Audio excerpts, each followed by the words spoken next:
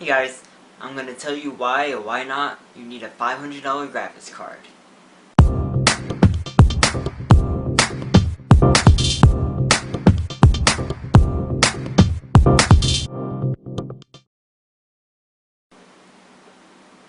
If I look over here on my moderator panel, Zari's Minecraftcovia, I'm not sure if I pronounced that right, but he asked, he's I'm not sure what language it is, but he asked, what I'm interpreting this is it worth buying a $500 graphics card over a 9800 GT, which is obviously much cheaper?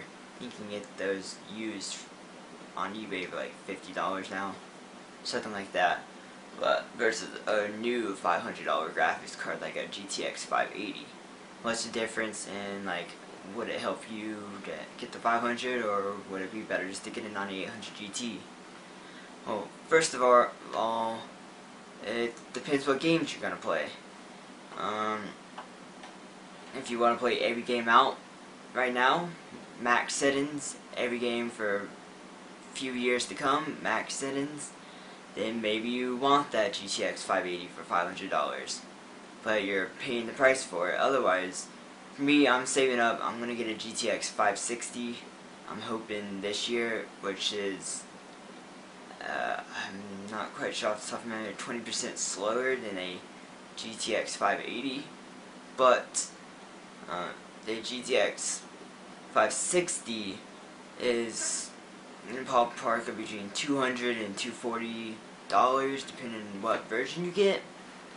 And the GTX 580 you might find on sale for $480, but usually I think standard price is $500.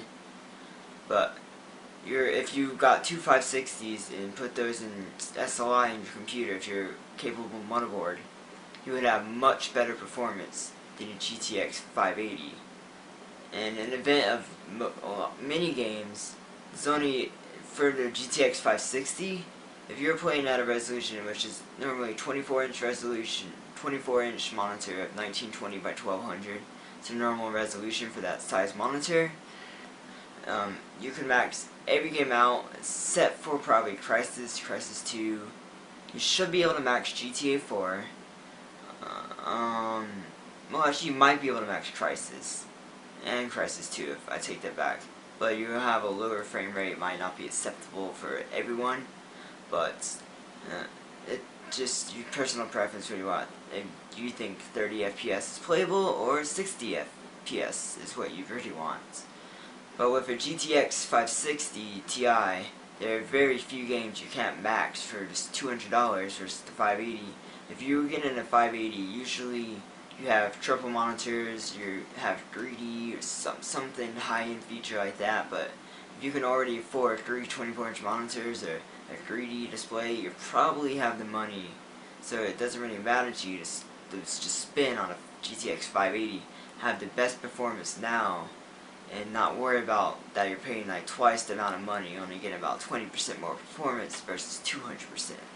So you can just weigh your options that way versus, or if you buy used, like he was saying, a 9800 GT, you can get, I guess, $50 off eBay now.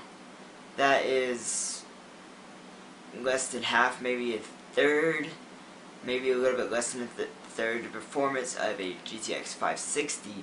But if you were to play just the Source Engine games by Steam, like Left 4 Dead 2, Half-Life 2, those games, it could still max those games, considering as long as you have a fast enough processor, you can still max those games just fine. If you want to play newer games like Crysis, you're probably playing at medium settings with that card versus very high with a GTX 560 Ti.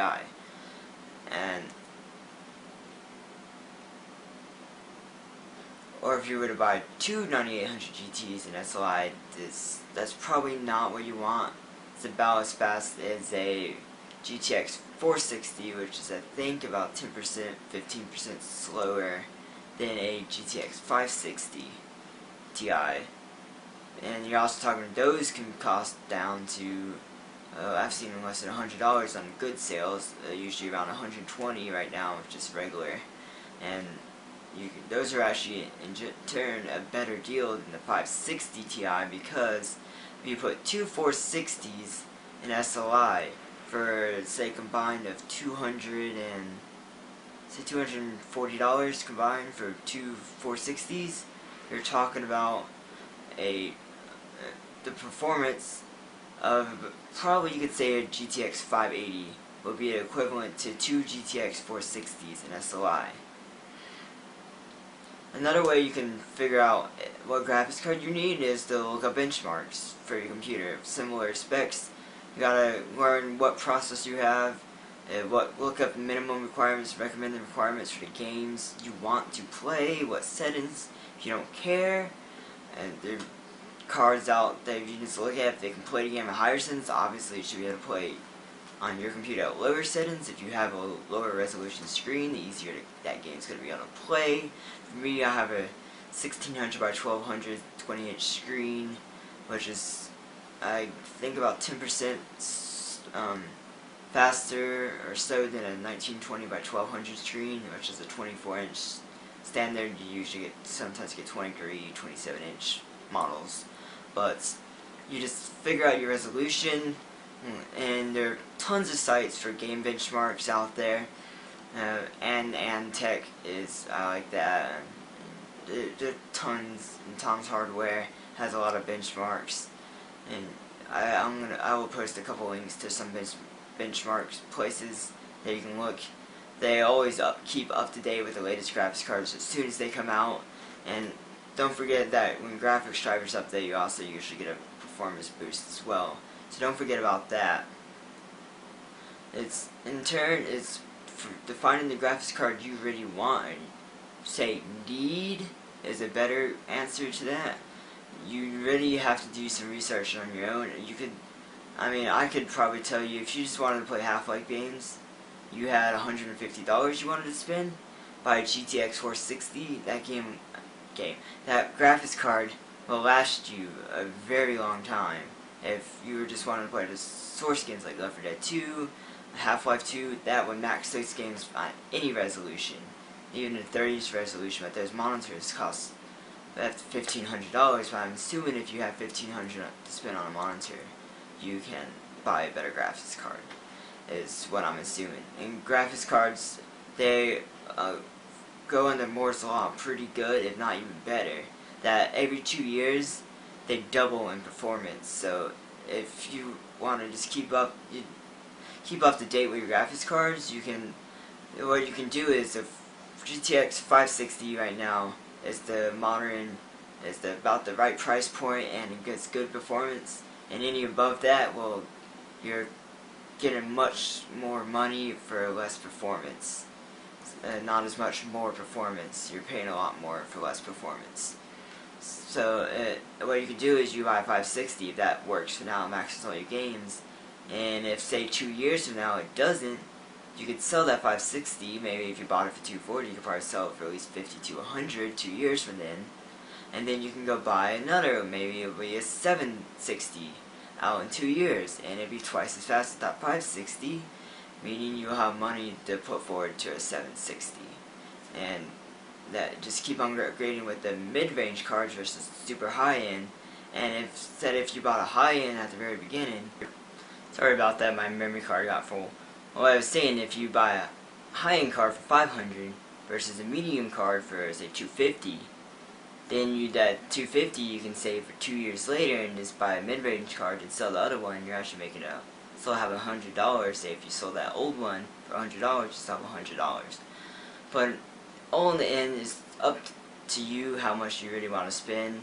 It's not always the graphics card that matters in games. It's your processor also. If you have like a crappy dual core 2 gigahertz CPU with a GTX 580, there's a huge bottleneck on your 580 that your CPU is not giving you enough power, and you might, instead of upgrading that 580 a couple years from now, get a much faster CPU, or instead of buying the 580 in the first place and spend $200 on a graphics card and then another $200 on a CPU, you'd be much better off.